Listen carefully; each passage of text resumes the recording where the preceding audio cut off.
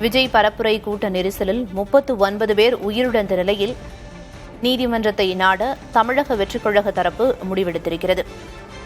சென்னை உயர்நீதிமன்ற நீதிபதி முன்பு முறையீடு செய்ய தாவேக தரப்பு முடிவு செய்திருப்பதாக தகவல் வெளியாகியிருக்கிறது. விவரங்களை வழங்குவதற்காக செய்தியாளர் சுப்பையா இணைப்பில் இருக்கிறார். சுப்பையா, நீதிமன்றத்தை நாட தாவேக தரப்பு முடிவெடுத்திருக்கிறது. அவங்களுக்கு முன்னாடி இருக்கிற வாய்ப்புகள் என்னென்ன விஷயங்களை நீதிமன்றத்தில் அவங்க முன்வைப்பாங்க? அதாவது நேற்று 39 பேர் பலியான நிலையில் அந்த உயிரிழந்தது தொடர்பாக தாவேக தரப்பில் நீதிமன்றத்தை நாட முடிவு செய்திருக்கிறாங்க. குறிப்பா பாத்தீங்கன்னா ஏற்கனவே புஷி ஆனந்த், அதாவது பொதுச் செயலாளர் கூடிய புஷி ஆனந்த், சிடி நிர்மல்குமார் உள்ளிட்ட 4 பேர் மீது வழக்கு பதிவு செய்யப்பட்டுள்ளது. கரூர் போலீசார் வழக்கு பதிவு செய்துள்ளார்கள். இவர்கள் மேல 5 பிரிவின் கீழ் வழக்கு பதிவு செய்யப்பட்டுள்ளது. இந்த நிலையில் தாவேக தரப்பில் தாவேகவுடைய வழக்கறிஞர் பிரிவு தலைவராக இருக்கக்கூடிய சரிவழகன் தலைமையில் வழக்கறிஞர்கள் தற்போது நீதிமன்றத்தை நாடுகிறார்கள். நீதிபதி தண்டபாணி வீட்டில் சென்று முறையிட உள்ளனர். தற்போது தசரா விடுமுறை காலம் என்பதால் உயர்நீதிமன்றத்துக்கு விடுமுறை, அதுவும் இன்று ஞாயிற்றுக்கிழமை. ஆகவே எந்த பணிகளும் இருக்காது. நீதிபதி வீட்டில் சென்று முறையிட திட்டமிட்டுள்ளனர். தற்போது வழக்கறிஞர்கள் நீதிபதி தண்டபாணி வீட்டுக்கு சென்று கொண்டிருக்கிறார்கள். அது மட்டுமல்லாமல் இந்த விவகாரத்தை பொறுத்தவரை, இந்த கரூர் விவகாரத்தை பொறுத்தவரை சிபிஐ விசாரணை வேண்டும், இல்லை என்றால் தன்னிச்சையாக செயல்படக்கூடிய ஒரு விசாரணை அமைப்பு வேண்டும் என்ற ஒரு கோரிக்கை முன்னிட்டு இவர்களாகவே தாவேக தரப்பிலே நீதிமன்றத்தை நாட உள்ளனர். நீதிமன்றம் தானே முன்வந்து இந்த வழக்கை விசாரித்தால் சரியாக இருக்கும் என்ற கோணத்தில் இவர்கள் தரப்பில் முறையிட உள்ளதாக தெரிவித்துள்ளனர்.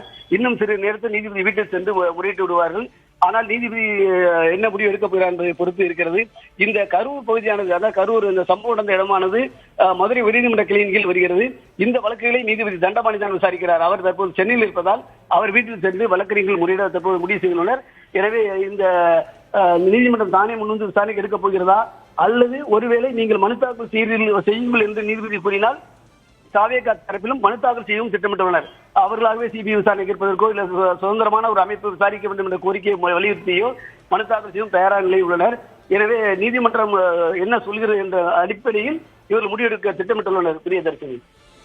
சுப்பையா, ஏற்கனவே இந்த கூட்ட நெரிசல் சம்பவம் குறித்து விசாரிக்க தமிழ்நாடு அரசு சார்பில் அருணா ஜெகதீசன் தலைமையில நீதி விசாரணை ஆணையம் அப்படிங்கிறது அமைக்கப்பட்டிருக்கு. இதையும் மீறி தற்போது தனி விசாரணை குழு, விசாரணை அமைப்பு மூலமா இந்த சம்பவம் தொடர்பாக விசாரிக்கணும் அப்படிங்கிற முறையீடை தாவேக தரப்பிலிருந்து விடுக்க இருக்காங்க நீதிமன்றம். இது போன்ற வழக்குகள்ல பொதுவாக ஏற்கனவே ஒரு விசாரணை அமைப்பு ஆணையத்தை அமைச்சிருந்தும் கூட மீண்டும் நீதிமன்றம் இதுக்கு வழிவகுக்கிறதுக்கு, வேறு ஒரு தனி அமைப்பை விசாரிக்க வழிவகுக்கிறதுக்கு வாய்ப்பு இருக்கா? கண்டிப்பா, நிச்சயமா இருக்கு. இது போன்று பல்வேறு சம்பவங்கள் நடைபெற்றுள்ளன. தூத்துக்குடி சம்பவத்தை பொறுத்தவரை தனியாகவும் வழக்கு தொடரப்பட்டிருக்கிறது. அதே போன்று இதே அருணா ஜெகதீசன் தலைமையில் தான் தூத்துக்குடி துப்பாக்கி சூடு சம்பவம் தொடர்பாகவும் விசாரணை அமைக்கப்பட்டது. விசாரணை அமைத்திருப்பது தமிழக அரசு அமைத்துள்ளது. எனவே அதற்கும் நீதிமன்றத்துக்கும் எந்த தொடர்பும் கிடையாது.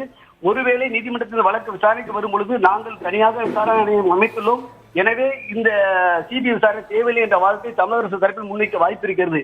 ஆனால் தாவேக தரப்பை பொறுத்தவரை இதில் பல்வேறு பிரச்சனைகள் ஏதோ ஏற்பட்டுள்ளதாக அவருக்கு சந்தேகம் எழுந்துள்ளது. எனவே இதனை உள்ளூர் காவல்துறை விசாரித்தால் சரியாக இருக்கா என்ற கோணத்திலும், அதே போன்று பல்வேறு வியூகங்கள் இந்த சம்பவம் தொடர்பாக பேசப்பட்டு வருவதால் இதை சிபிஐ விசாரணைக்கு அனுப்பினால் மட்டுமே சரியாக இருக்கும் என்ற கோணத்தில் நீதிமன்றத்தை நாட முடிவு செய்துள்ளனர். அப்படி ஒருவேளை அந்த ஒருநபர் ஆணையம், அருணா ஜெகதீசன் தலைமையிலான ஒருநபர் ஆணையம் இந்த தொடர்பாக விசாரித்தாலும் அதுக்கும் நீதிமன்றத்தை கட்டுப்படுத்தாது. ஒருவேளை நீதிமன்றம் வேண்டுமானால் தனிநபர் விசாரணை ஆணையத்தை கட்டுப்படுத்த வாய்ப்பு இருக்கிறது. ஏனென்றால் நீதிமன்றம் தலையிட்டு சிபிஐ விசாரணைக்கு உத்தரவிட்டு விட்டால் தனிநபர் ஆணையமானது இது தேவையில்லை என்று நீதிமன்றம் கருதினால் முடிவு எடுக்க முடியும். ஆனால் அதிகபட்சமாக முடிவெடுக்கக்கூடிய அதிகாரம் நீதிமன்றத்தில் இருப்பதால் இந்த வழக்கு பொறுத்தவரை என்ன முடிவு எடுக்கிறார் என்பதை பொறுத்துதான் நீதிமன்றத்தின் கையில் தான் இருக்கிறது. பிரியதர்ஷினி. நீதிமன்றத்தை நாட தமிழக வெற்றிக் கழகம் தரப்பு முடிவு செய்திருக்கிறது. பொறுத்திருந்து பார்க்கலாம் அடுத்த கட்ட நகர்வுகள் என்னவாக இருக்கிறது அப்படின்னு. தற்போதைய தகவல்களை வழங்கியதற்கு நன்றி சுப்பையா.